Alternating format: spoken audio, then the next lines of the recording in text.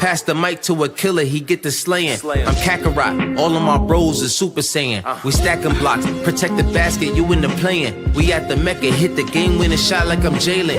Manifesting energies, praying for my enemies. Taking vacays in the keys, working on our synergy. Changing up my wardrobe, never my identity. Smoking till I got a...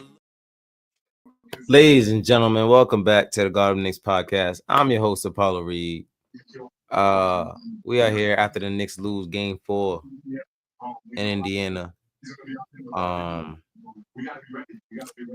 Pretty bad loss, man. How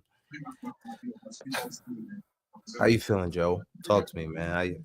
General feelings on the game tonight, man. Talk to me. How you feeling?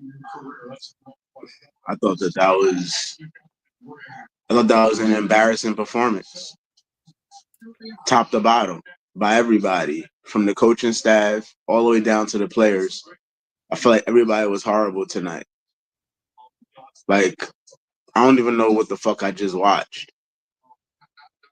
Like, how many fucking sideline out of bounds plays? They scored on every sideline out of bounds play, bro. Like, what the fuck are y'all doing? Yeah, like Josh, no attention to detail. I don't understand Tom Thibodeau. Like, you just force feeding us Josh Hart at this point. Like, the guy is having the worst game of his life. Terrible. How is he still out there, bro? I don't understand it. I'm sitting here looking like, why is Josh still there? Where was Deuce McBride? What did he do to not deserve minutes tonight? Mm-hmm. I don't get it. I just don't understand. Bro, I'm sitting here looking through like stats, trying to explain it, and the stats don't even explain it, man. Like, it's just, you have to really watch it. Like, there's a lot of plays where Josh Hart, and I'm not just blaming this whole game on Josh, but he gets the game ball for how shitty he plays tonight.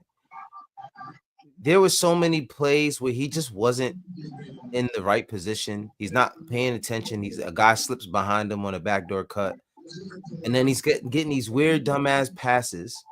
1 to Mitch, 2 to Cat. Like, it's just bad passes. Like, it's just, I don't know where his head was tonight. Bro, at no point the coach said, yo, let's get this guy out of here. Yo, there's a possession where Indiana's going nowhere, bro. Like, their offense is going nowhere. They're 30 feet away, bro, with like 4 seconds on the shot clock. I don't know what Josh is doing, bro. Like, he completely loses Ben Shepherd in the corner, and the guy cuts backdoor for an easy layup. Like, bro, get your fucking head on the swivel, bro. Get your head in the game. I don't know what the fuck he was doing tonight. I don't know what he was doing. And the sad part about it is, like, Josh Hart just masked all the bad shit that went on, like in this game. Because if you look at it, like, everybody did some really dumb shit at some point. And like, Cat had a lot of plays where I'm just super frustrated with his just fouls, just unnecessary fouls, especially in crunch time. Like, yanking the guy's arm and hooking him. Like, a lot of times these fouls are completely unnecessary. There's no reason for any of these fouls. And at the worst timing, and credit to Brunson, he wasn't trying to ball hog too much in the final couple minutes of the game. Yeah, he probably needed to, though. Where the fuck was he? Which he needed to. Like, bro, since when? Since when, bro? But this is the thing. This is what throws me off, because now it almost felt like all right, well, I'm not gonna try to take over and do too much and ruin the game. I'm gonna let I'm gonna play a team game. And there was a lot of plays where he's making the right pass. Sure. Just like he makes the right pass to who, I don't know who it was. Maybe it was OG on the hash, and then he throws it down to Bridges with Halliburton on him in the post. The guy's got 3 fouls and there's nobody around. And what does he do? He backs him down, and then he throws it to Josh Hart in the corner. And then Josh Hart proceeds to try to drive to the basket and steps out of bounds. But does it matter, though? He wasn't going to do anything. He was just going to shoot a fadeaway. But this is my thing. Which he didn't make one all night. Why are we putting him in that position? You know he's not going to go with that.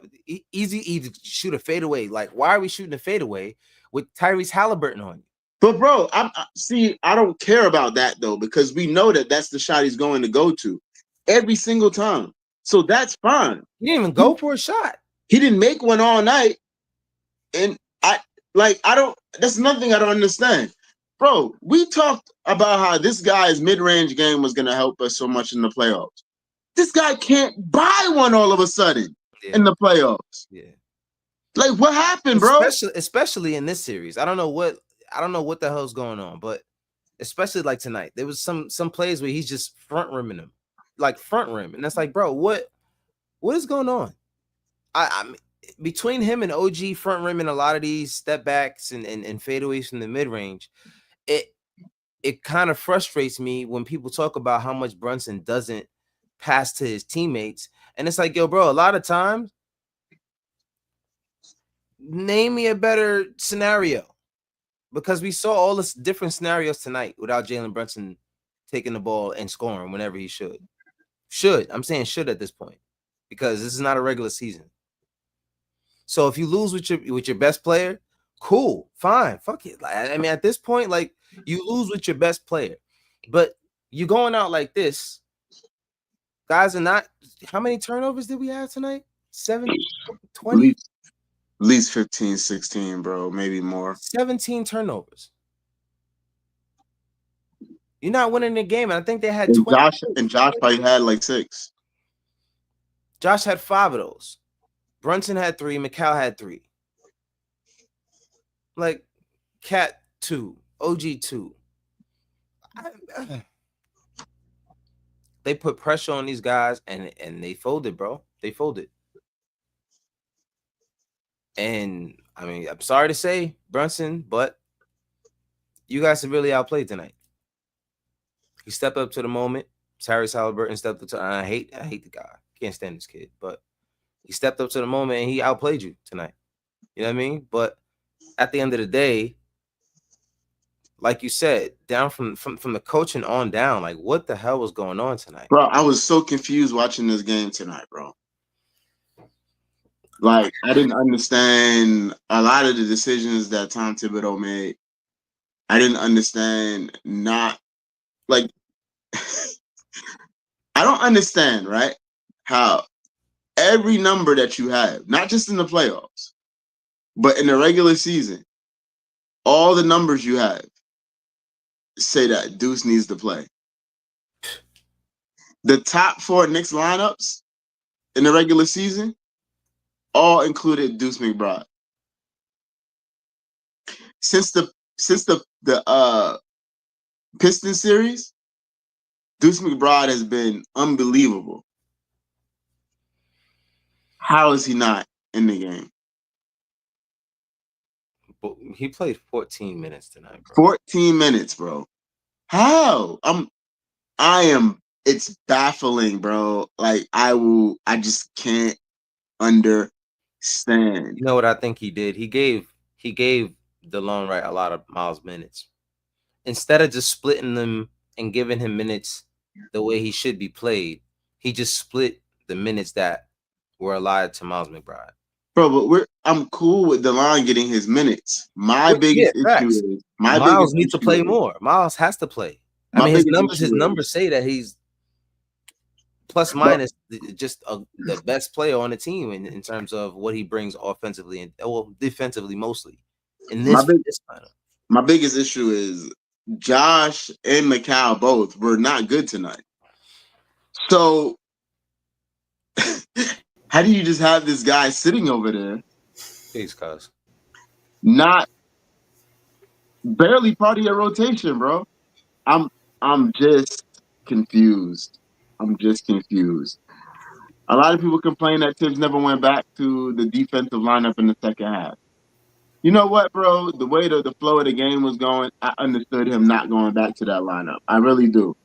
What I don't understand, though, is Deuce McBride getting 14 minutes. I need it explained to me. This shit almost looked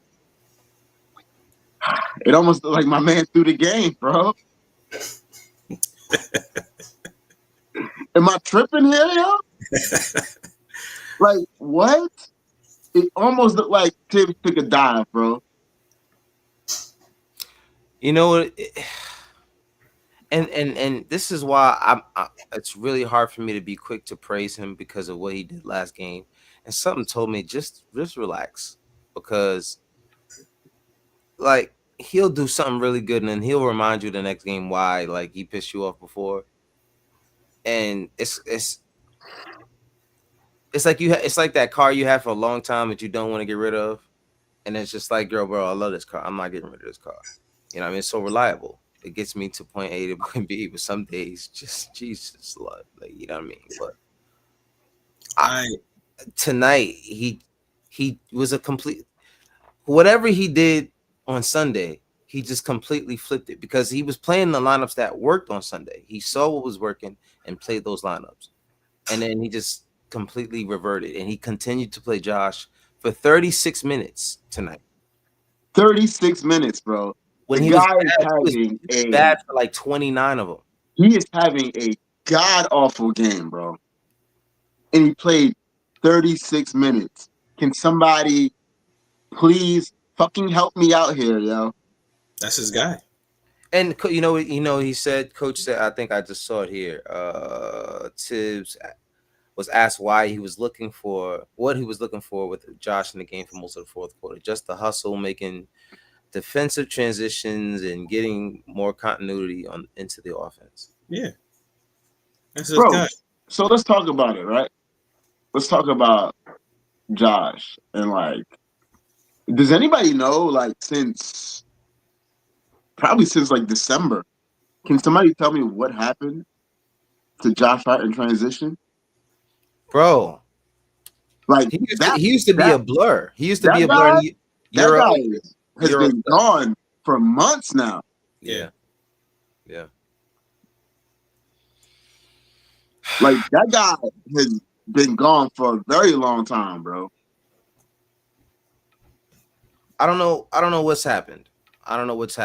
But I tell you what, they're not. There's no possible way. First of all, if you lose this series, let's just talk about it because we're at the brink of it. Oh, they're going to lose this series, so we lose this series, right? All of the good stuff that happened this year and the beating the Celtics and all of that goes out the window. People will forget all of that immediately with the way we lost this series. We had them to 7 games last year with a depleted team. And we are now down 3-1 with a healthy team. But can I say something though, bro? They are a better team. Like, I'm not taking anything away from it. Yeah, because I was about to chime in, yo, because I said it on the last pod, bro. I'm so sick of people talking about the depleted team last year, taking them to 7. It's a factor. This is not the same Pacers team, bro. They're both factors. They're both absolutely factors. But which factor played into the win most? You know what I mean? I think it's pretty obvious at this point. You know what I'm saying? Because and what's the consistent factor in both years? The offense primarily the same. Even with Cat, the offense is primarily the same. At what point do we figure out, like, all right, how do we? But Cat, hold on, man. The offense isn't really the problem though in this series though. Like the Knicks have scored. They dropped 120 tonight. Like they've been scoring, bro. They can't stop this team. They gave up 43 points in the first quarter, bro. This is the point. This is the point that I want to make. I don't feel that Indiana is beating us as much as we're beating ourselves. Like I just feel like we were very sloppy. We're down 3-1, bro. Like we gotta cut the crap, man. Like they're beating us, guys. No. We're allowing them to. Like, you know how many times Tyrese Halliburton was just wide open for a 3. But why is that though? Because we're not making the right plays. Just miles better than us, right? Hold on, no, they're not miles better than us. But you got to understand, right? When these guys are getting up and down, bro, like that pace is causing obvious confusion, right? Like the Knicks can't match up in transition, bro. How many times we see the Knicks running back, bro, and everybody runs past Tyrese, and he just fucking stops and shoots a three and poses. Wide Like open. that's the Knicks, but it's also like the way they play. The Knicks just can't match up with the way this team plays, bro. Yeah. They can't do it. The double big lineup, like they were +1, bro, in the last game. Like that lineup did nothing really to affect the game. Like the Knicks won, but they won because they actually played defense in the second half and they gave up 44 points. That's why they won. It had nothing to do with the double big lineup. Like that shit didn't change a thing. It actually got cooked a lot in that game 3, and it got roasted tonight. And I think playing more players than Tibbs is used to, than he's used to playing, also took him off the game. I don't think he knew exactly how to handle the lineup in the fourth quarter when Josh Hart fouled out. He put Shamet in. Why wasn't McBride in? I just want to know what Deuce did to deserve this treatment. I don't get it. I don't get it. Like, what did Deuce do to all of a sudden, like very randomly, right? Very randomly deserve the treatment that he got tonight. I don't understand. What was Deuce's line tonight, bro? Deuce was 1 for 3. He hit 1 3. I remember the step back. And that was it. All he took was threes. He was 1 for 3. He didn't take a free throw, 2 rebounds, a turnover. But he played 7 minutes each half, bro. Like he's not in the flow of the game at all. Yeah. Our lowest plus minus, Mitchell Robinson was -20. Mikal Bridges was -13. Brunson is -16. McBride was -14. But look at McBride was -14 in 14 minutes, and Brunson was -16 in 36 minutes. Like this, like the small sample size for Miles, especially because who's to say a lot of those lineups that he was playing were good lineups. You know what I mean? Like you can't blame McBride for that. Like, but oh my gosh, I'm really at a loss, bro. These guys just got outplayed. They got outplayed and outcoached. There's nothing but there's no other way to explain it. Mikal Bridges 6 for 15. There was a play in the first half. Mikal Bridges gets the pass down the court, doesn't go up with it, and then does it like a weird turnaround. Dribbles out and then does a fadeaway. Bro, the fast break is not there anymore. So that was your best. And this is what I'm saying. This is exactly why we have the issues we have offensively. It's because we don't have, number one, how is that the shot that you think is the shot you should take at that moment? What you have way too much experience to take that shot at that moment. Yeah. You bring the ball out, you reset the play. That was like, I gotta shout it out though, Cap. What? The Pacers transition defense, man. No. Great. They're phenomenal, bro. Every time it looked like the Knicks had a run out, bro, they sprinted back hard as hell, bro. Mm-hmm. Because that's what caught them last game. We were getting back in transition and we were keeping up the pace with them. And that was something that they game plan for. And that's there's a lot that is going on in New York that is really working against New York. Like I'm looking at OKC, I'm looking at Indiana, and they play team ball. Like you could tell that they trust each other.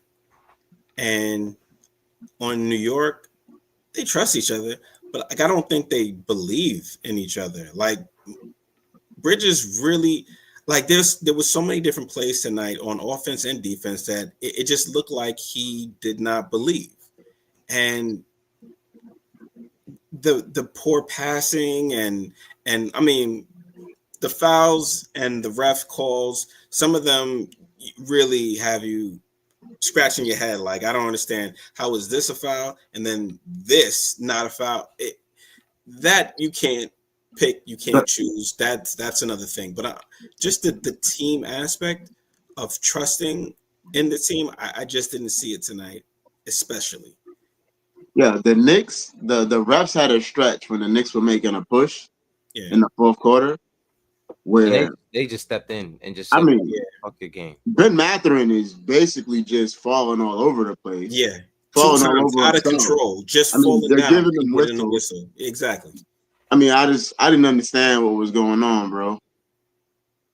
Like, those whistles were those were major, bro, because you put the guy at the line. Momentum swings. Dude, I just don't get it, man. Can't do that. Like, and this is what I say all the time. The refs are always going to put their stamp on the game in a way that you don't want them to, especially this team. For some reason, they're always going to try to do it. So you can't play the game and put those situations in their hands for them to make a decision, because they're going to 9 times out of 10 go the other way. So, you know, I mean, Rick, is your camera frozen? I think his camera's frozen. Yes, camera's frozen. I don't know, man. But yeah, these refs, bro, I don't know what to say about them. They're never gonna be better. Maybe we should come out like freaking Carlisle did last year and cry and say, just give us a chance. And then they just literally flipped around and started giving them a chance. And that whole entire series was different after that. But the refs, poor job. We did a poor job putting guys in the right spots. We're not playing defense. We're letting guys just score. 17. First of all, I think they would 17 turnovers led to 20 points for them. It's too much, bro. Like, you gave up 130, fam. Giving them points. We're giving them points. Like, you gave up 130. Like, you're not winning like that. They're already taking points because of how fast they move, how their pace and everything. But to give them 17 turnovers, and it's the timing of the turnovers, bro. That's the worst part about it. It's not just the turnovers, it's the timing of these turnovers. There was a lot of turnovers that Josh Hart threw at the terrible timing. I don't know, man. I don't know. Rick is here. We got my guy Josh Rodriguez, man. What's going on, bro? Fellas. Sad day. Sad day. Talk to me, bro. How you feeling? Shout out to you, bro. I know you were downtown. Yeah, I was at the Garden for the watch party. It was a good environment for as horribly as they played, if I'm gonna be honest. I mean, a lot of optimistic Knicks fans. It's just to me the worst played game of the series by far. Mm-hmm. Josh Hart was awful. And I say that as someone who loves Josh Hart. Yep. The fact that Tibbs didn't limit his minutes today was absolutely absurd to me. Tibbs dying on the hill of playing a lineup that has been proven to be just absolutely awful is insane to me. Especially against this team. Yeah. And especially when like DeLon and Landry gave you good minutes. You know, Mitch started off the second half getting offensive rebounds and putbacks. Mm-hmm. Just didn't make any sense to me. I don't think they played well enough to win. The fact that they were in it all game was actually insane to me. Insane, yeah. Yeah. So yeah. I just want to know what Deuce McBride did. Like, who? Yeah. What did Deuce do? Who mama did he pop shit about? Like, I don't know. What did this man do, yo? Yo, he got the Nate Robinson treatment for some reason. I don't know what the hell is going on with that, bro. I'm still befuddled, bewildered. I don't get it. Like, Josh is literally having the most miserable game of his life. Mm-hmm. And he played 36 minutes. You cannot justify that. No. You can't. You just can't justify it. There's nothing that Tibbs can sit up there in front of the microphone and say that's going to make it make sense. Right. He's going to look at the numbers. He's going to say he had a double-double. No. He's only a -1. Nah, fuck the double-double. Fuck the plus-minus. Fuck all of that, bro. We might have lost like 15 points. just off Josh Hart alone tonight. Turnovers, just turnovers, and not even just turnovers, just bad defense. How many times did he get beat back door? Got beat back door. Like, come on, bro. Like, where's your head at? Like, this is the biggest game of the season, and you were lost all night long, bro. Yo, he got outcoached terribly. Yeah, and to me, you know, like I was just saying, like after the game you had in game 3, where you coached, you changed things up, and it was looking like, okay, he's figuring things out. Okay, you know, give him some credit here. And then the moment you start giving him credit, he turns around and he has a game like he does today. Yeah. I don't know, man. Just want to look down at the line of the stat line of the Pacers. Pascal Siakam's 11 for 21. He gets 30 points. Just reliable dude, bro. Just super reliable. Yeah. I mean, all of their shots are going through Pascal and Tyrese, and that's who beat us tonight. Nobody else took double-digit shots. Nembhard took 9 shots and made 1. Miles Turner was 5 for 8. He gets fouled out. Neesmith 5 for 9. It was just Tyrese and Pascal, and we were just completely lost all night long. I don't understand why Tibbs decided to go back to the drop coverage. It makes absolutely no. They get killed in drop. Exactly. When has it ever worked? It makes no sense. I mean, you see some type of success switching, like we saw in Boston when they switched. Like that kind of changed the series. Even when they switched in this series, like it's not great, but it's not as bad as the drop. I mean, Halliburton did whatever he wanted, man. It was. I don't understand Tibbs, man. Like in game 3, you found so many things that worked for you, and then game 4, it's like you had amnesia and just forgot everything. But game 3 was an accident. You might be right. Game 3 was an accident, and I'll tell you why. Because Brunson got into early foul trouble, so he had to try something new. Yeah. And with that something new, he struck lightning. And then he just figured, okay, well, all right, I had some success playing these Landry and Wright. So let me just throw them in the lineup again and just see what happens. Like it wasn't intentional. And so you get this game, which it was so painful to watch. I mean, for someone to go by the numbers so much and to not play Deuce McBride as much as you possibly can, and especially in the game where Josh is proving to you that he needs to be on the bench. Yeah. You know what I mean? Let him get it right. Like maybe he would have figured it out later. But to try to make him play through it through 36 minutes in this scenario is just that's just. But he didn't start though. That's okay though, because he didn't start. Right. He didn't start. Took him out of the lineup 36 minutes. Right. I So guess that was the agreement. One thing about the drop and the switching. So in the second half of game 3, the Knicks held the Pacers to 44 points. The Knicks were still in drop in that second half. They were dropping. Only time they were in drop though is when it was either Mitch or Cat involved in the pick and roll. Anything else, like 1 through 3, they were switching. Yeah. I wasn't really. I was so frustrated and I wasn't really paying attention to what the strategy was tonight. So I don't even know if it was the same thing. But it didn't work. No, it didn't work. It didn't work. And virtually that lineup with, like you said, the double big lineup was unplayable. You can't really. They figured out what they wanted to do against it, and they just exploited it. And you know, and like I said, like going back to Josh, like he just didn't help. And sadly, it hurt us on both ends. It wasn't just offensive; it was offensive and defensive. And you don't have those kind of games with Josh, and which is why it was painfully obvious to see how bad he was playing. Yeah. Don't get me wrong; he was getting rebounds every now and then down the stretch, which were big rebounds. But I think he did warm up at the end of the game, maybe. He had already done his damage. He had already done his damage at that point, right? He had done his damage. It's you got to realize, and that's one thing I keep going back to with Tibbs is, I love how much he can make a game-to-game adjustment, but the in-game adjustments sometimes are just absent. Yeah. Like you said, last game, that adjustment that wasn't really adjustment. It was Brunson was in foul trouble. Like, we can't run him out here.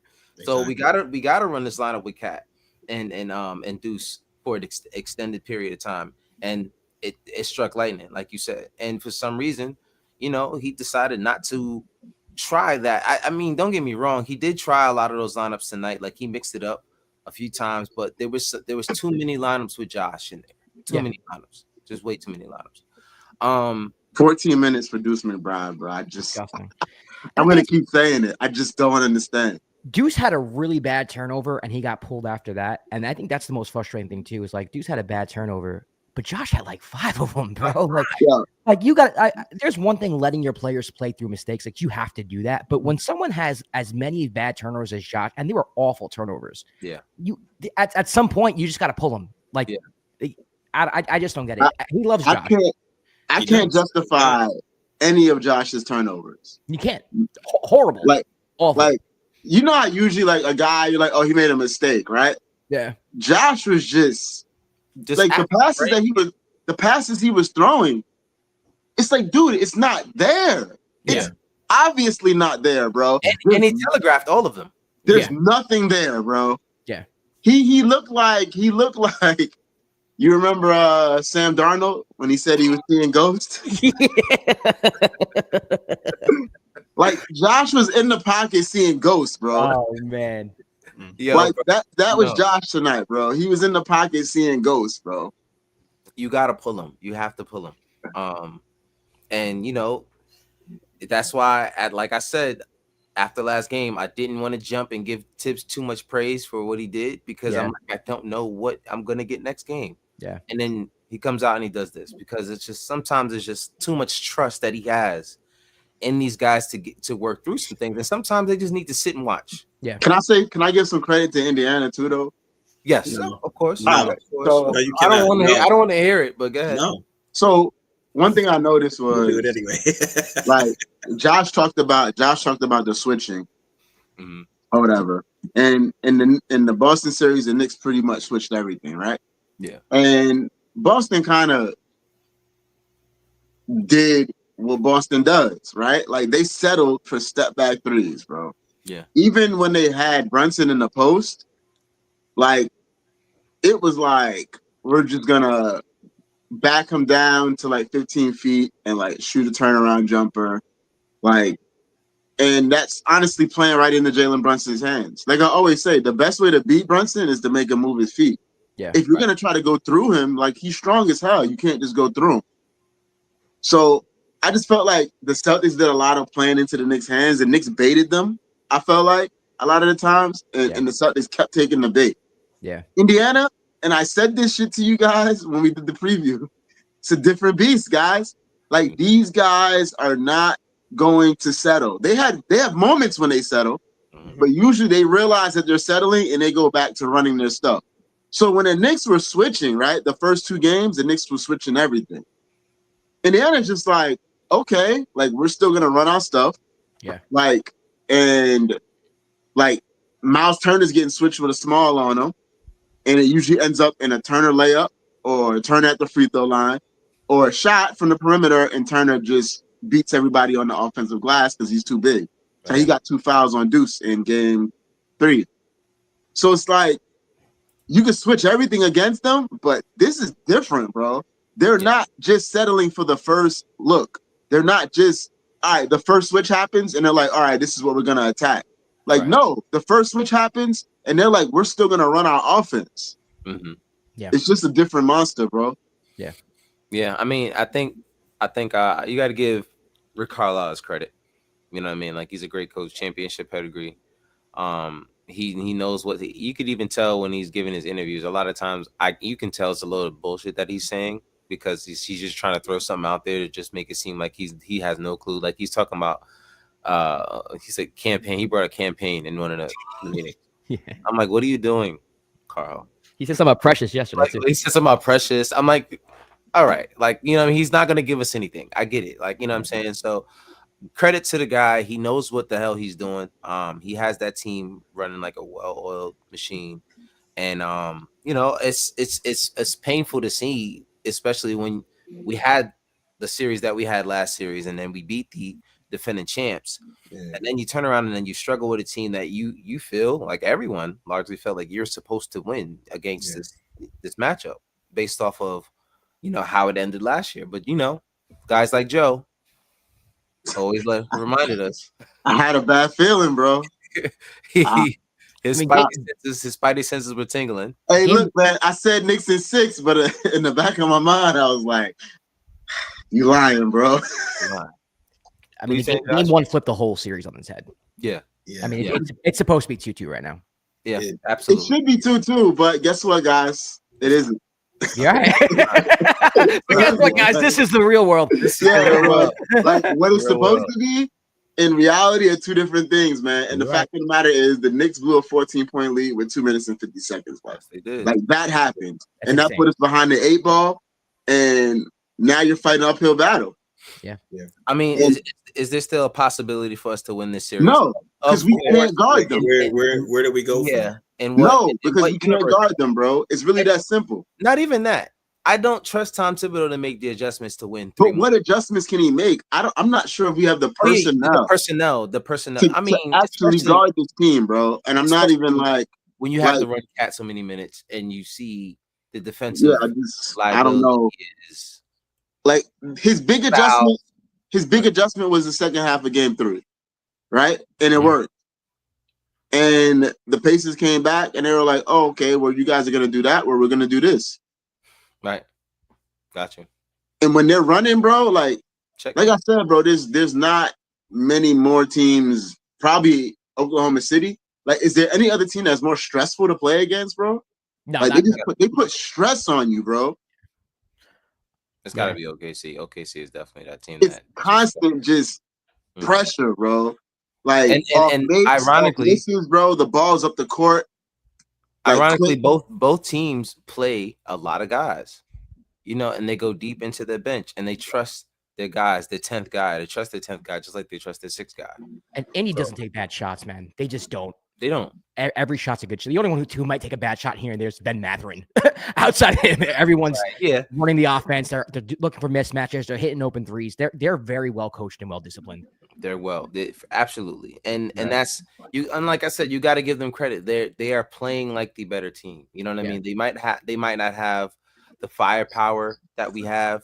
Yeah. They might not have all the extra, the pieces that we have and all of that stuff. But the sum is greater than the parts, bro. That's it. And as Knicks fans, we know what that looks like because we've seen that in the Tom Thibodeau era, right? Mm-hmm. Where this team probably shouldn't be this good, but they still are. So we know what it looks like. So why are we shocked when another team is doing it, bro? Yeah. I don't know, man. So going back to New York, right? We have to obviously get this game, or every game at this point is win or go home. What are the chances we get a game at home in New York? What are the chances that you think that we can fight out a game? 50-50. 50-50? I mean, that's pretty that's pretty lofty after you guys play, man. I mean, but amazing odds, Ricky. What's the point if we're not going to change the atmosphere of the team? If we're not going to change to actually beat this team, I just feel like Tibbs is just gonna. This is the offense that I want to run. I'm gonna run it, win or lose. What's the point of winning? But Ricky, bro, I was just saying it when you checked out for a little while. Like, what is the change that can be made, bro? Like, I just don't see it. Well, I really don't, bro. Number one, we could play defense. Remember when Tibbs was all about defense? Do we have the personnel to guard this team? Look at what Indiana's doing. They have a body on the players that they fear the most. They're double and triple teaming Cat.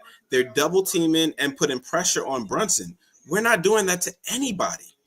Right. Name one person on Indiana that we're putting a body on consistently. Nobody. We're not doing it. You were gonna say something, Josh? Yeah. I just think it comes down to personnel, man. Yeah, I agree with Joe here. I think it comes down to personnel. I also think it's interesting the Knicks never tried zone like throughout the season in general, because at some points, like, you need sometimes to switch it up. I mean, I'm not saying go zone for 5 minutes, but throw a 3-2 out there for 2 minutes, kind of get them out of whack. I mean, you just got to try different things. Maybe trapping on the pick and roll. I know they tried that a little bit. just other ways to guard it instead of letting them dictate terms. You dictate terms on that end of the floor.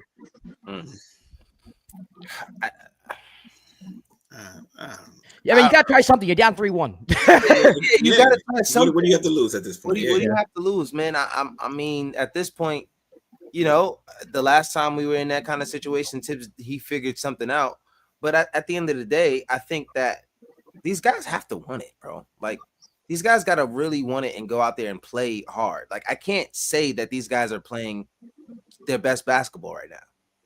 You know, and that's another reason why, to me, I can't say it's just personnel, because we know we're not playing our best basketball. Yeah, you know what's crazy too, though?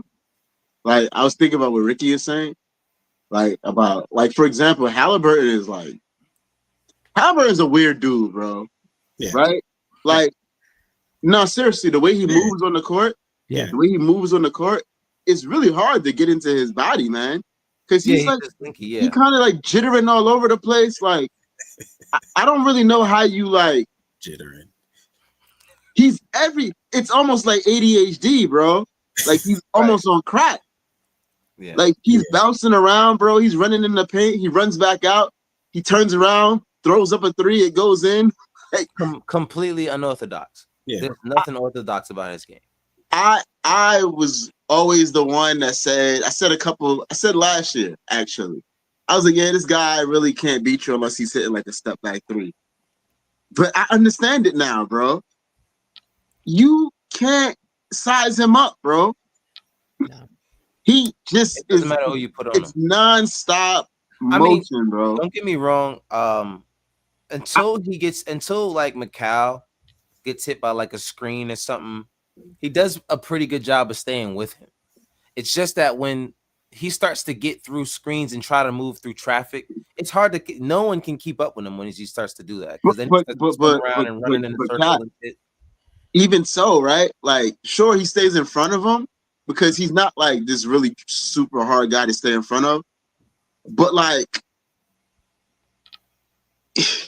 you can't get into his body, like Ricky was saying. Right, he's like yeah. I'm very curious, bro. Like, if assuming the Knicks lose this series, assuming that the Thunder win their series, and it's, I mean, Oklahoma and Indiana in the finals, just crazy. Yeah. But assuming that that's what it's gonna be, right, in the finals, I'm curious to see those Thunder perimeter defenders, like how they guard him. I mean, Cleveland would face guard him from like full court and not let him bring the ball up. I'm surprised the Knicks haven't tried that. I mean, there were times in the Cleveland series where Halliburton was like just not touching the ball in the half court at all. Yeah, and I'm surprised Tibbs hasn't taken that. I mean, it was successful in some ways, and other times it wasn't because Nembhard was running the offense, and they were getting whatever they wanted against Cleveland. But I say try that too. I mean, if you face guard Tyrese Halliburton the way that the Rockets were guarding Steph Curry too, where you just don't help off of him, you just face guard him the whole time, turns into 4-4 without Tyrese Halliburton. Yeah, I don't know, and that's kind of and then they do a lot of that second half of last game where they're playing 94 feet. Yeah, you know what I'm saying, and they're putting pressure on the ball. They didn't do much of that at all today. You know what I'm saying, and then that's you allow them to get into rhythm, especially a guy like Tyrese. Like you said, you can't get into him. So the best thing you can do is not let him walk into what he wants. Right. And that's usually, let's walk into it, set the screen, and I'm gonna find a mismatch. That's his game. He does it every single time. So, at least give me a half court. And then I also wonder if okay, like, are the Knicks, is it just very difficult to get physical and get into this guy? Or is Macau just not that type of defender? That's why I'm so fascinated to see, like, the Lou Dorts and the Alex Caruso of the world and the Payson Wallaces. I'm so interested to see these guys guard him. Move around like that. Because what Dort did to Edwards, I feel that's what the defense should be on this Halliburton character. Yeah. Because he's not that skilled, and I'm not saying that he's not an NBA player, but he's not that skilled that you can't stay with him. Right. Steph Curry, you brought up. very, very similar where it's constant motion, Yeah. screens, and then all he needs is like what, a second to get his shot off. Yeah. Tyrese, he's a very slow shooter. Yeah. No shit, we have no Dort, Dottie Huxtable. I don't even know why you're reading his stuff. He's a very slow shooter. So like even if you put a body on him, you follow him around, he still needs that time to take a shot. And I don't think he's going to take a shot if you're playing that type of defense with him. That's just what I've observed. I don't know. You know what else is fascinating about this guy, bro? He throws the wildest passes and never ever turns it over, bro. It's 0 turnovers today. 0. But he never turns it over, bro. Like very rarely does this guy turn it over. And he throws the craziest passes you'll ever see in your life, bro. Jumping in the air, double pumping. Oh, he had like 5 of those today. Double pumping in the air. Yeah. He never turns it over, bro. It's like this dude has the limitless pill. It's wild. The team trusts him. So someone asked Brunson, what can be done to eliminate some of the Knicks defensive miscommunications? This is what he said. See,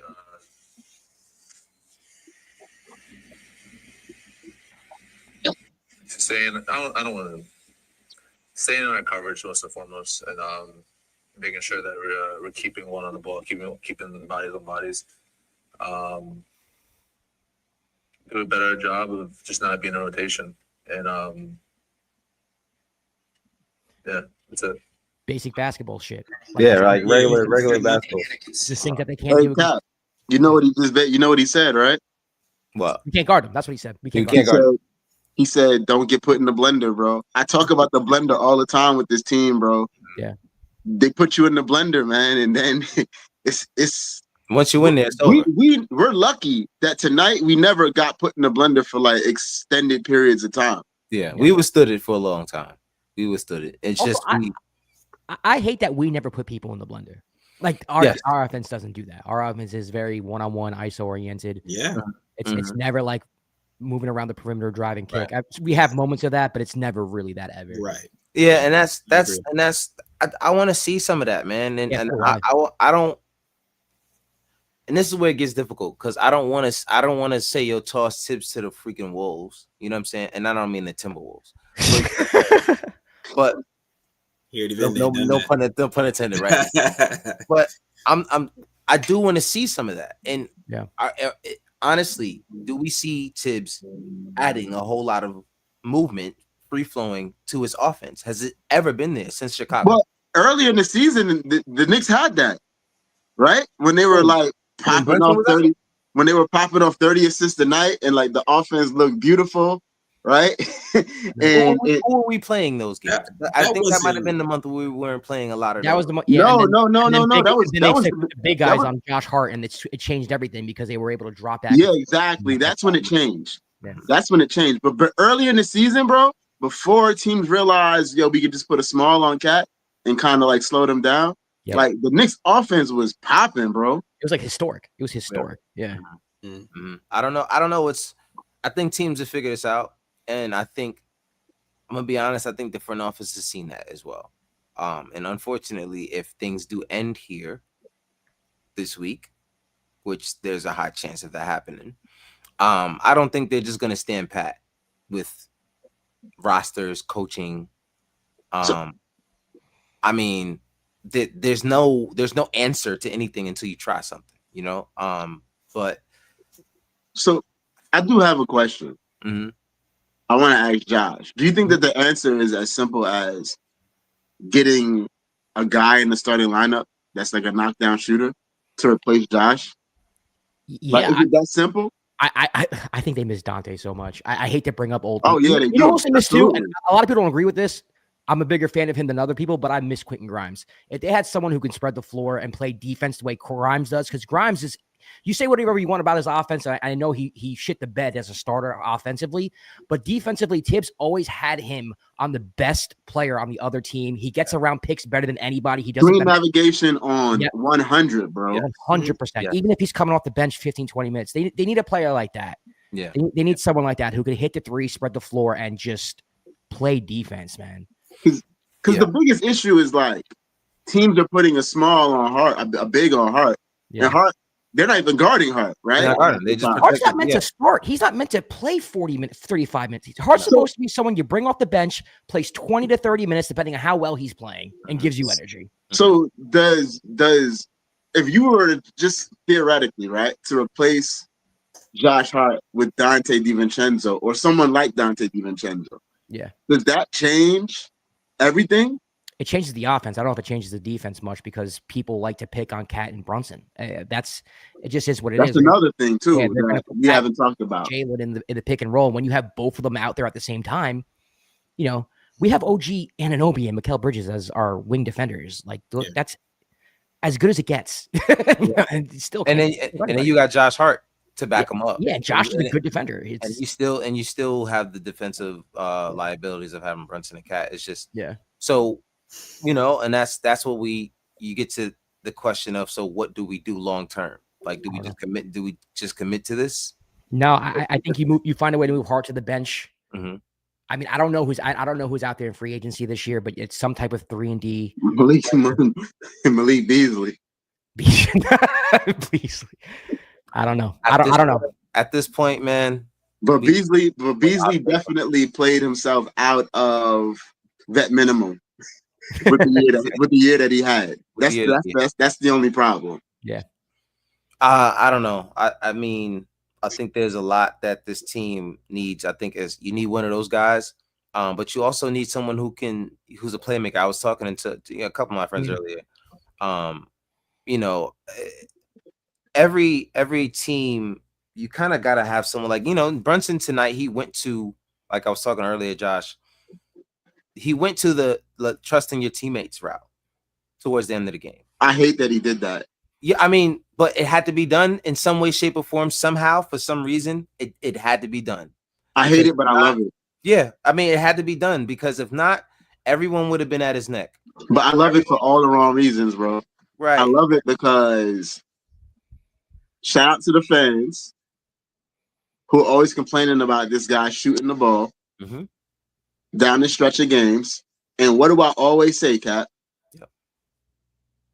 I'd rather this dude shoot a pull-up right wing 3 with the game on the line than pass it to anybody else, bro. Right. Absolutely. How many times, right? There was a game, I don't remember. I think it was against the Pistons. He shot a right wing 3, right? And he missed it. And the Knicks ended up losing the game. And then, the chat, bro. You know how the chat go. Mm-hmm. Somebody comes in the chat and says, I hated that shot. I'm like, why? That's the shot that he's made all year. He's made at least 6 of those in crunch time all year. Like, that's the shot that I want him to take. If he misses it, I live with it. Right. What I don't want to see is Mikal Bridges shooting falling out of bounds 3-pointers. With no one near him, by the way. Yeah, that's what I don't want to see. Back to back. Like that would there was like 3 of those plays back to back, like as if they knew it was going. Like, no, this is the shot right here. Like, can we not do that? Yeah. Can we not do that? Right? I'd rather Jalen Brunson fight for his life to get a bucket on Aaron Nesmith, bro, than this fucking guy shooting fadeaway threes, falling out of bounds. Like, I'm sorry. Especially on a night where he was off all night. He hit 2 in a row and got all that confidence. Yeah, I mean, and they were big shots. But it's the choosing when and when not to use your weapons. You know what I mean? And when you got a guy who I don't care who's hot. If you got the most clutch player in the NBA on your team, you use him in those last few minutes. Yeah. Like, he's got to have the ball in his hands. Yeah. Because at least the gravity of him having the ball in his hands will at least cause some season on the line, bro. I'm dying with one guy, bro. That's it, bro. I am going down with 11, taking all of the shots. Like, that's just how I feel, bro. I mean, let's look at it. They spread the shots out tonight. OG gets 16. He's 7 of 16.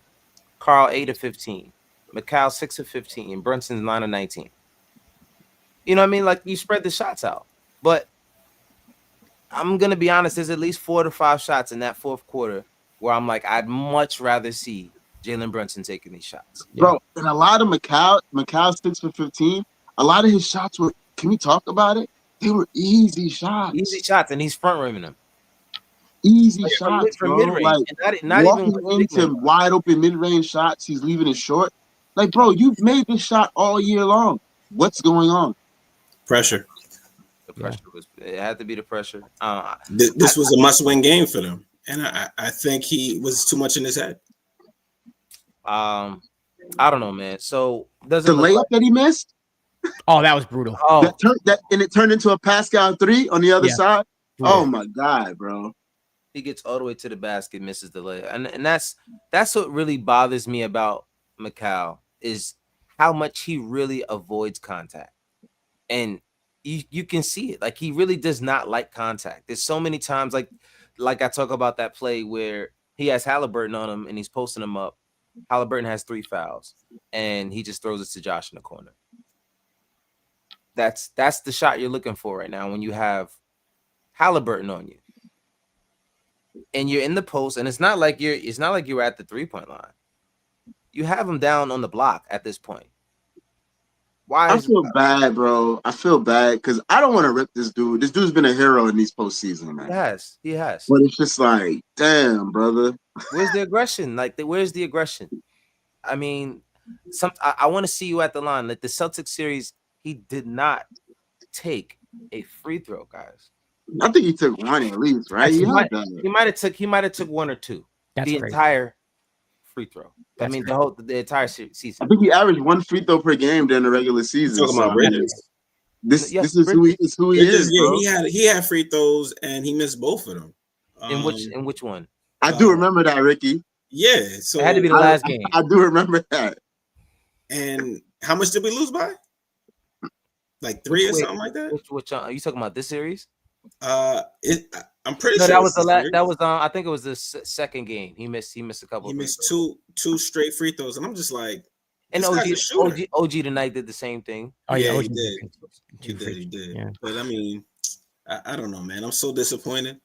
I'm disappointed in this team, man. I gotta explain this to everybody. I thought that was a bullshit. I thought that was a bullshit effort, guys. I'm sorry. No. Like I said, they got outplayed and outcoached. Yeah. Josh, the sideline out of bounds plays tonight. The fucking Pacers scored on every one. Every single one, 100%. Bro, I'm like, what is happening? Yo? And like wide open ones, too. Wide open. Yeah, wide open.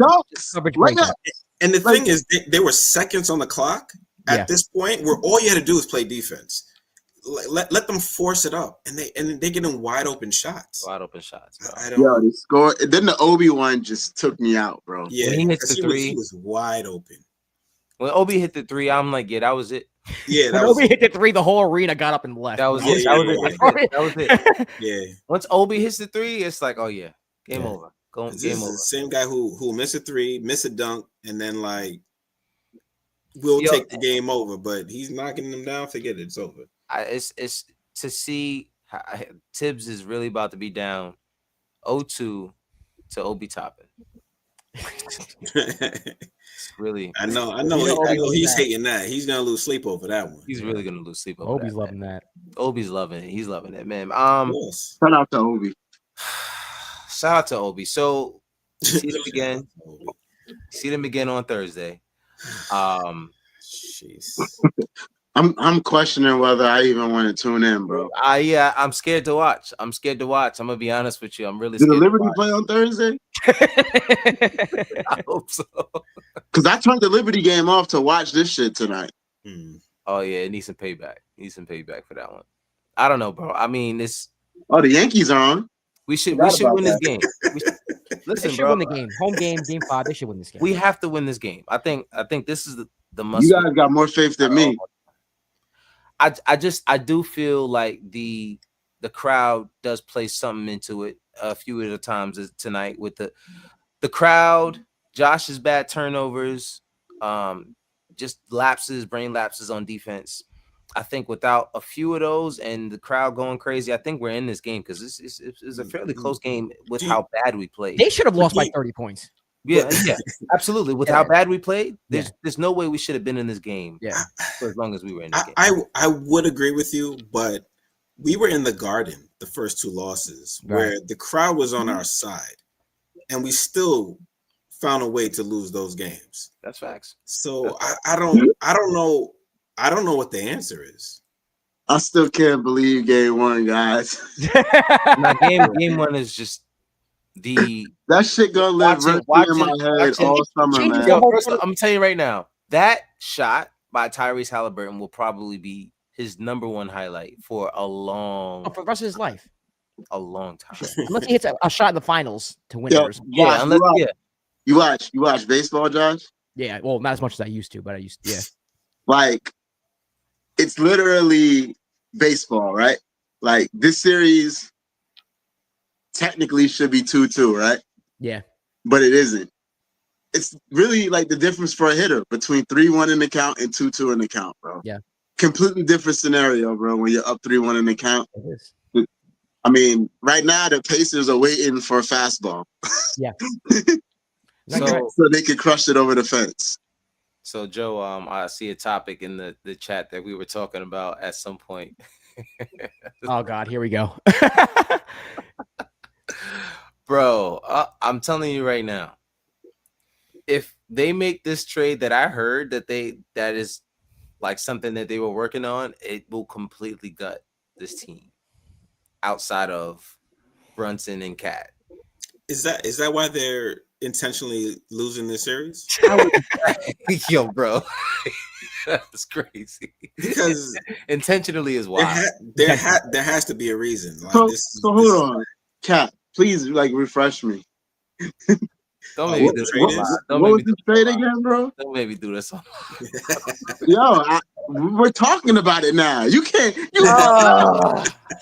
You can't. Hold on, bro. You can't dig into the archives of the chat, bro, and mention this and then backtrack, bro. Nah, right. You in it now, bro.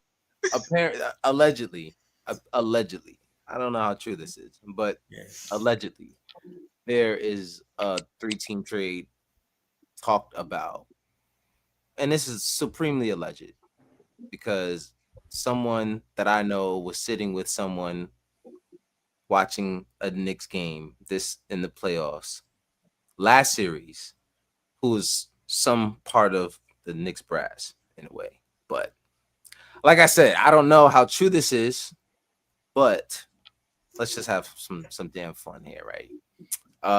Supposedly the trade is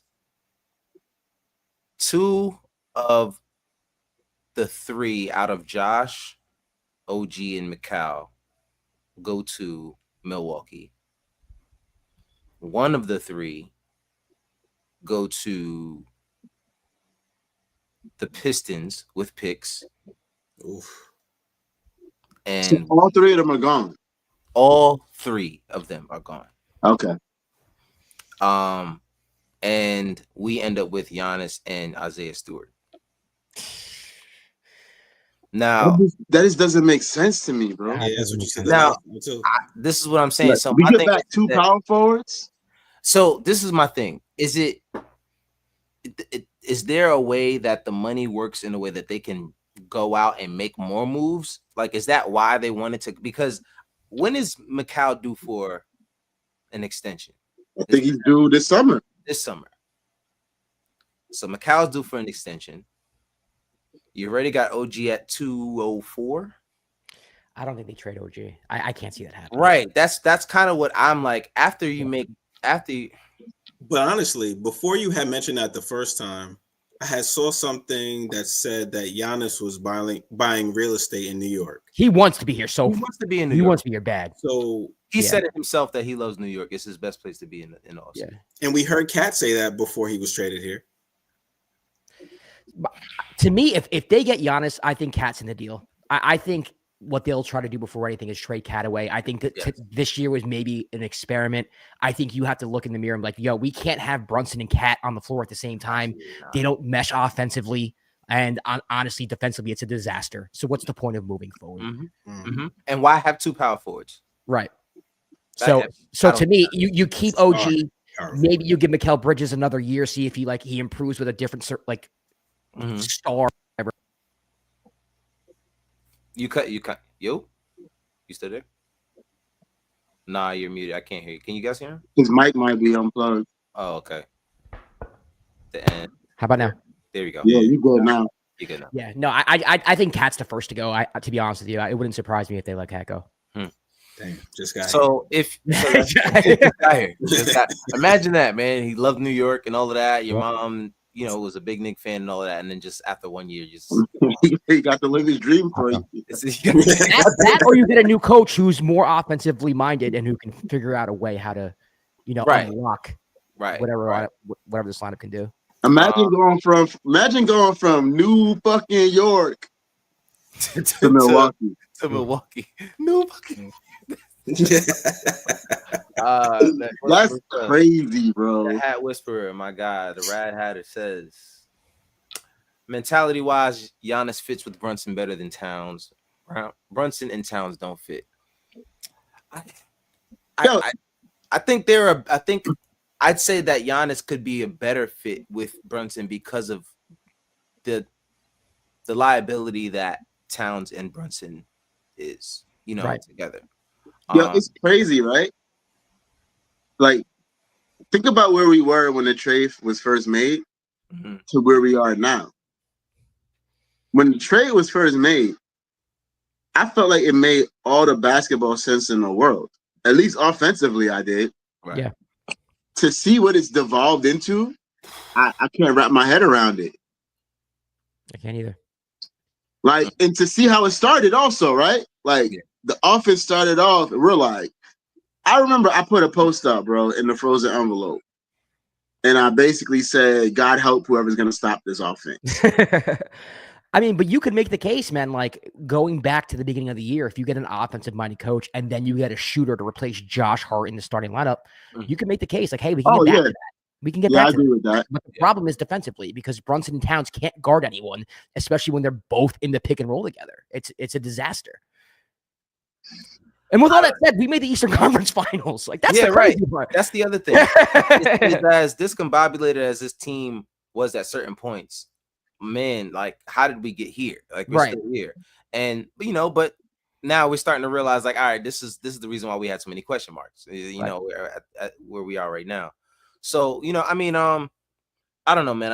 I'm not a component of just blowing things up right away all the time, but I don't see how this can work consistently going forward, especially when teams kind of know how to hunt you. Already we saw it even in the Pistons series.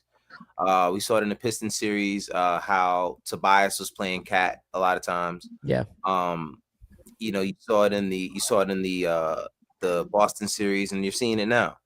So it's just a matter of time before they set to say, like what do we do here? I don't want to start, like vouching for certain coaches and other guys out there because the series isn't over, right? Until it's over. But I mean, it's over. But I just don't know where you go. Like if you did want to go with another coach, we did kind of have a conversation about this last night, Joe. Which was Ricky's fault. And accidentally. Rick threw us into that's the blender Rick throws you guys in. Yeah, he threw it. right, exactly. He threw us into a blender and just pressed it, just turned it on. I'm like, yo, what? And then at the end, he's like, "That's not what I meant. I'm sorry, guys." Yeah, I was like, what are y'all talking about? And then I went back and I looked at my question. I was like, oh, okay. So he said. So he just randomly says, "So what do you guys think about Mike Malone?" Why would you ask us that? As Knicks fans, no context, bro. No context, nothing. Just what do you guys think about Mike Malone? Because you know what? I felt like you guys are watching the game with me. So I'm watching the game and I see him with Stephen A. Smith and Andrews. I'm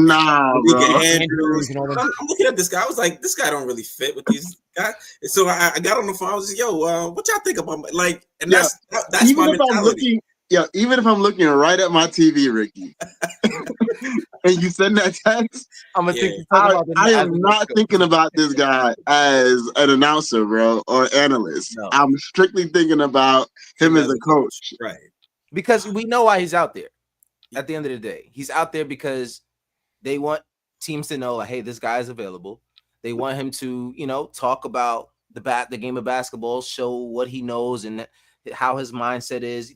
This is like a tryout in a way. You know what I'm saying? And it's teams are looking at a guy like that. You know what I mean? He's a championship coach. Why wouldn't you take a chance on him? That's the same way Mike Budenholzer still is around at this point and getting chances because of the championship he won with the Bucks. Yeah. So that's pretty much what you got to do. So I don't know, man. I don't know how I feel about it, bro. I already know. I think he is a terrible idea, bro. The guy is a loudmouth. Yeah. He's drama. It's just I don't think it works in New York, bro. Like, he just talks too much, man. And I just think it's the perfect storm, man. I think, bro, like, even like his ending in Denver, bro, where he's like calling his players out, saying that his guys, saying some guys don't care, basically is what he said. Like, nah, bro. Like, that don't fly, man. That don't fly. Saying some guys don't care about watching film. He's just too much of a loudmouth, bro. If it's true, I mean, don't air out your dirty nah, bro. You keep that shit in house, man. You're true. You're right. You're right about it. I guess. What does it do? Yeah. What does it accomplish? I guess I'm just a little tipped out. You know what I'm saying? Like, it's the only reason why I'm jumping at it right now. But I'm telling you, bro. My guy, bro. He's not available, but my guy's always been Ty Lue, bro. That'd be nice. I mean, and that's a possibility at this point if we're looking at how they left, how they were exited out. I mean, God. It's I don't know how long they keep him there, especially with that roster. Ty's there for as long as he wants to be there. I love him over there. RBL said, go get Mark Jackson. Nah, I don't want Mark Jackson. No, we're gonna have the same issues. Don't give me Mark Jackson with the offense. Isn't that the reason why they got him out there as an analyst, so teams could see how he? Mark Jackson has been out there as an analyst for almost as long as my. Yo, NBC didn't even pick him up, bro. Yeah, they're like, I'm good. Yo, how come Mark can't get a job nowhere? He can't get a coaching job. He can't get a job calling games no more. First of all, he was A1 calling games, bro. I thought NBC would have been on the line immediately, bro. I don't know what it is about Mark, man. I don't know what it is about Mark. But what Mark be? Mark be burning bridges behind closed doors. No, bro. There's absolutely stories. I've heard some wild stories about him, like taking Steph Curry to a church and putting holy water on his ankle to fix it. Like, things like that. They say he wanted to wash his feet. Those are one of the few stories that I've heard. And apparently that's a real story. No, it's a real story. Super religious guy, and which is cool, but it's cool. You just can't impose that on your players who have different backgrounds. Like, you got to keep that stuff away from work. And there were some other things that happened behind closed doors, and a lot of it had to do with personnel and him having more assistance offensively, which I guess he was against somehow. Yo, can you imagine, right? Like, so one thing about Tibbs keeps the main thing, bro. Yeah. Right? Could you imagine you come to work, right, as a professional basketball player? You come in to hoop. Mm-hmm. Like, you not coming to do nothing else, bro.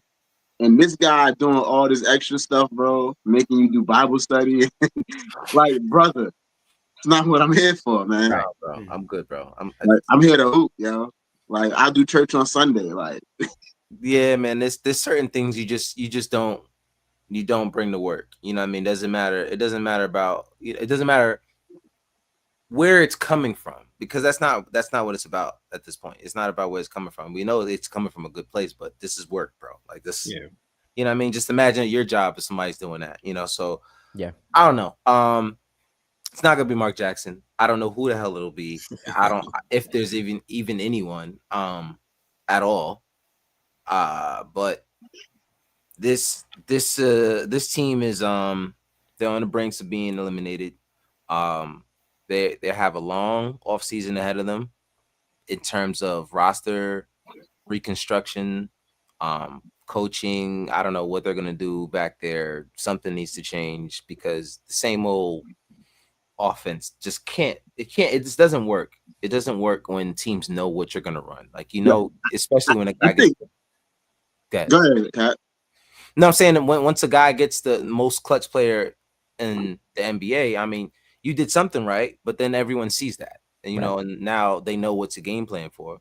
And now, as you can see, when you put the ball in your teammates' hands to make things work, and they don't do it, and then it just makes you feel, and it embodies it. The other team feels good, like, okay, well, that's clearly their game plan. If Jalen Brunson isn't going, like, fine, let's let Mikal beat us. Let's let OG beat us. If that's what you want to do.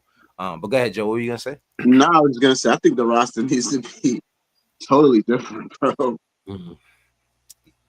I don't think we can come back with similar roster construction.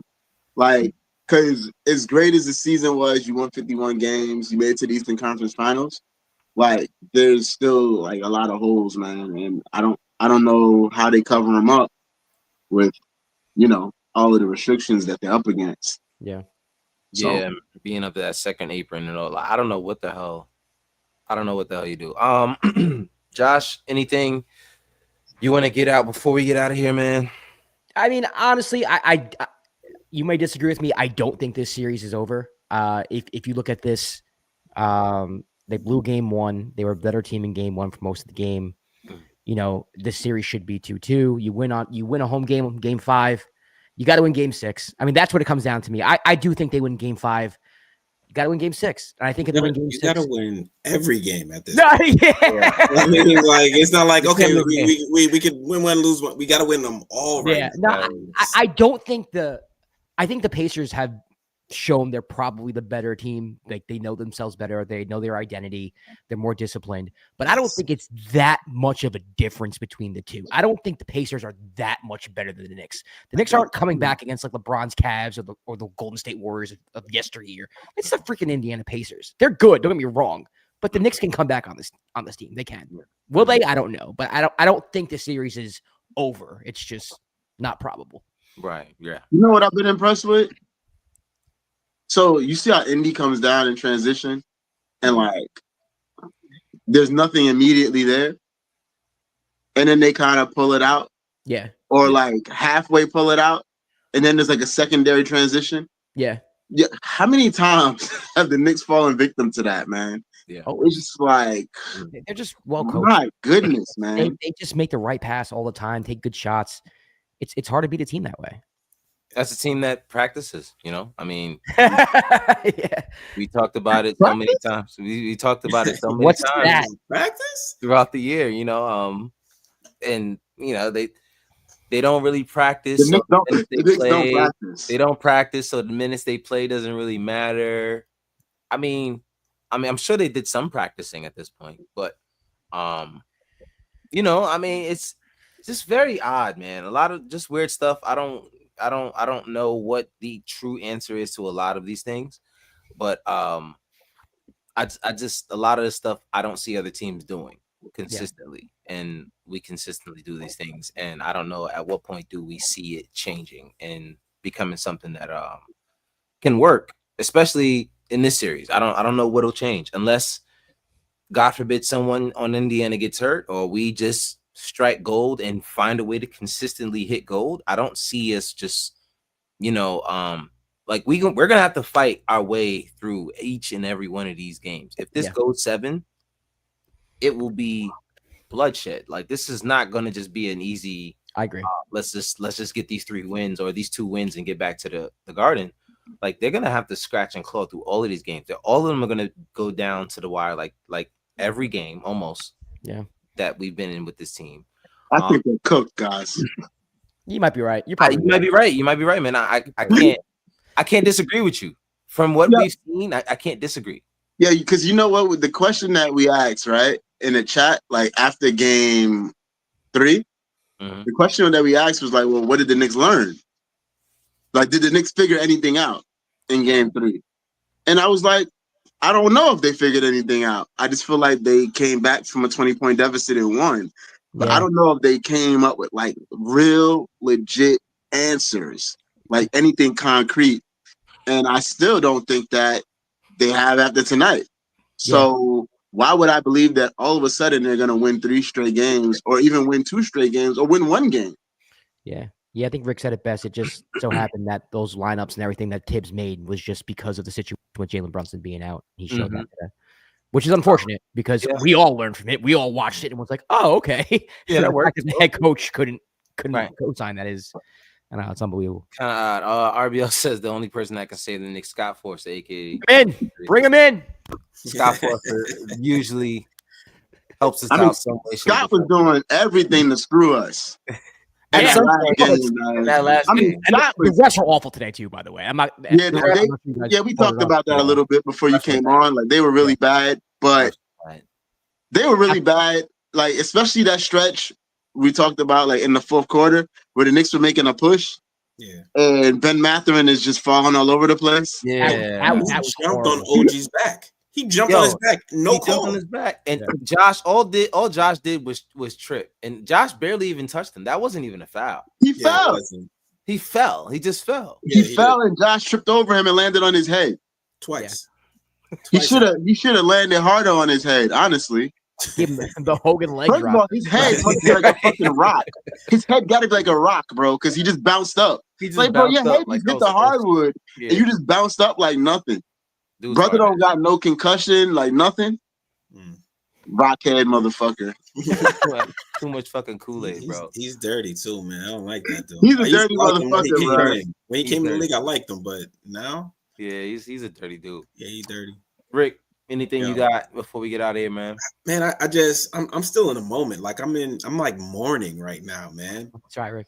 Like when the game was over and I saw your text, hey, we still doing this. I was just like, man, I don't even know how I could turn my computer. Like I have so much hope for this team. Like I am like the unofficial spokesperson everywhere I go.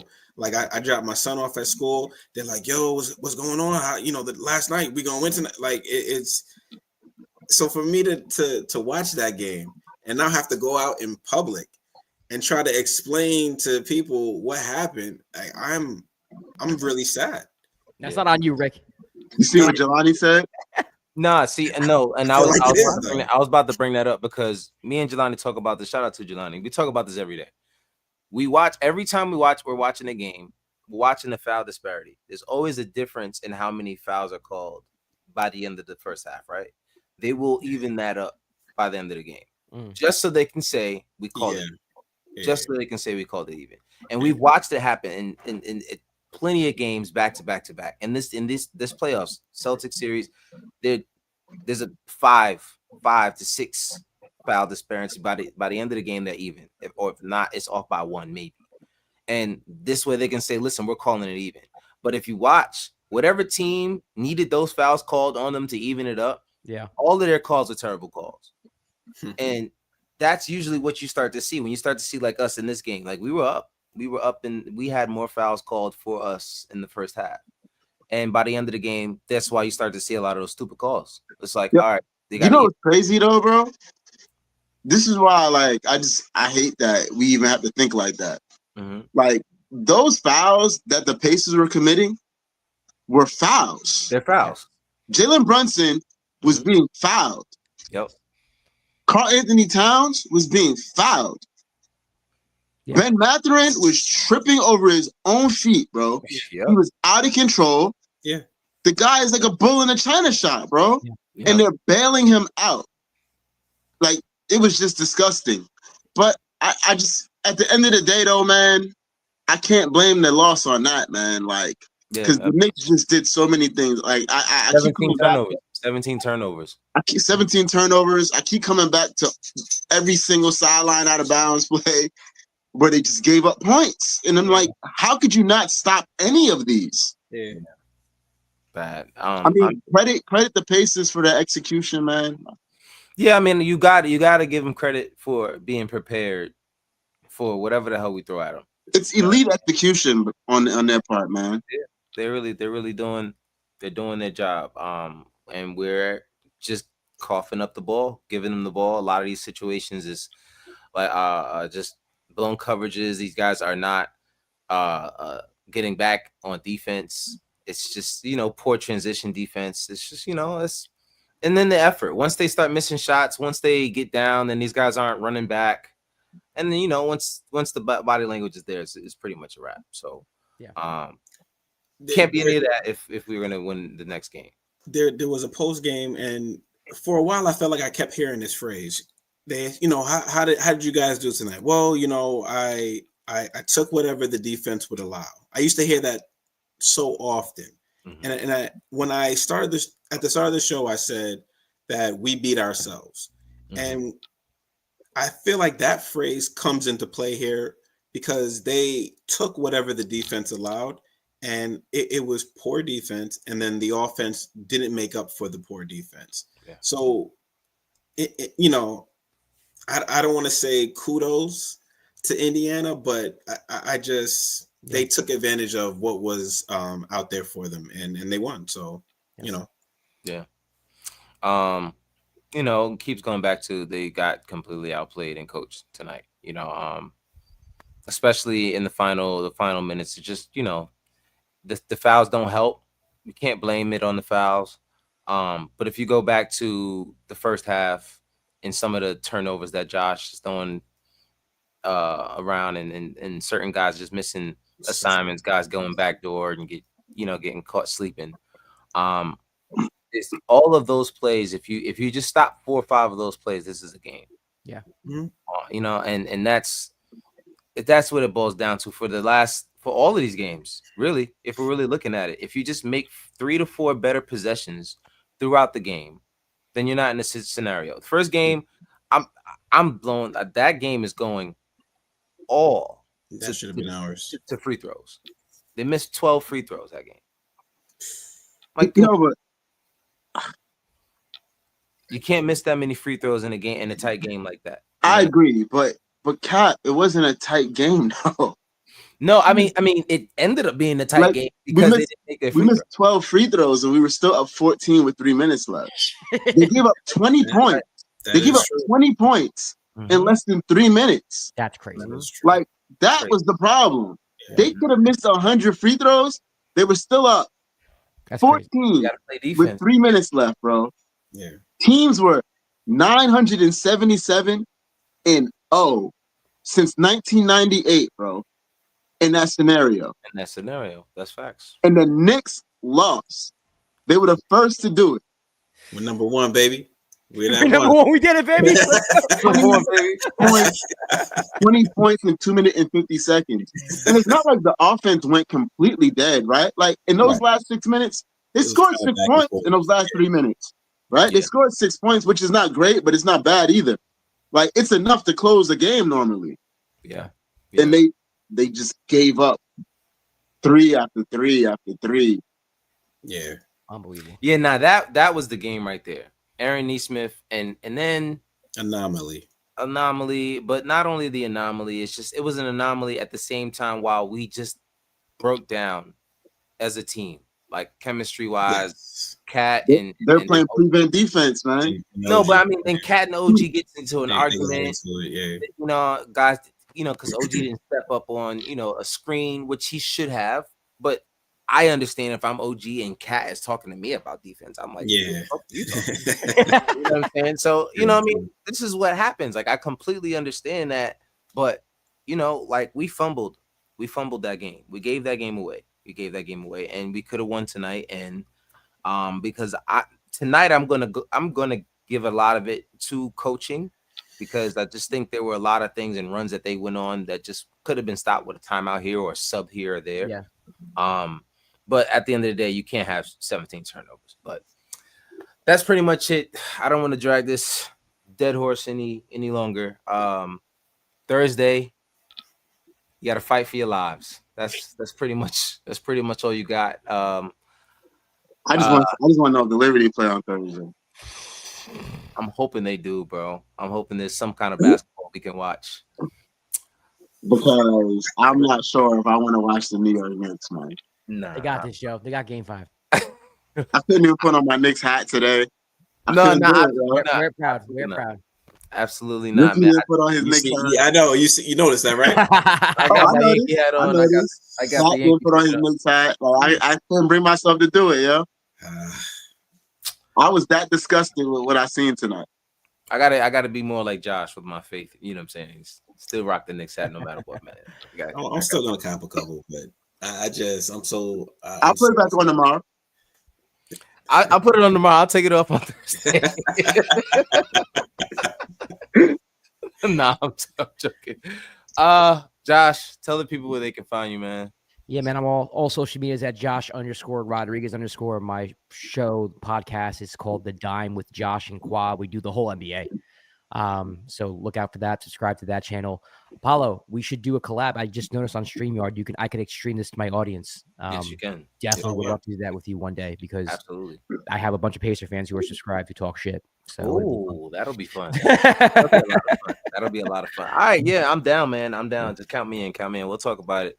As we do it in the messages and all that. You guys, Rick, Joe, thank you for taking some time out. 12:30 at night, still talking about this team that lost. Shout out to the chat. Appreciate y'all for being there. If you're still here, hit that like and that subscribe, hit that bell so you're notified when we go live. Until next time, hopefully we're talking about something a little bit more positive. Yeah. If not, it is what it is. We got a long off season to go. But until next time, peace out, y'all. Later. Peace. Pass the mic to a killer, he get the slaying. I'm Kakarot, all of my bros are Super Saiyan. We stacking blocks, protect the basket, you in the playing. We at the Mecca, hit the game winning shot like I'm Jalen. Manifesting energies, praying for my enemies. Taking vacays in the keys, working on our synergy. Changing up my wardrobe, never my identity. Smoke until I gotta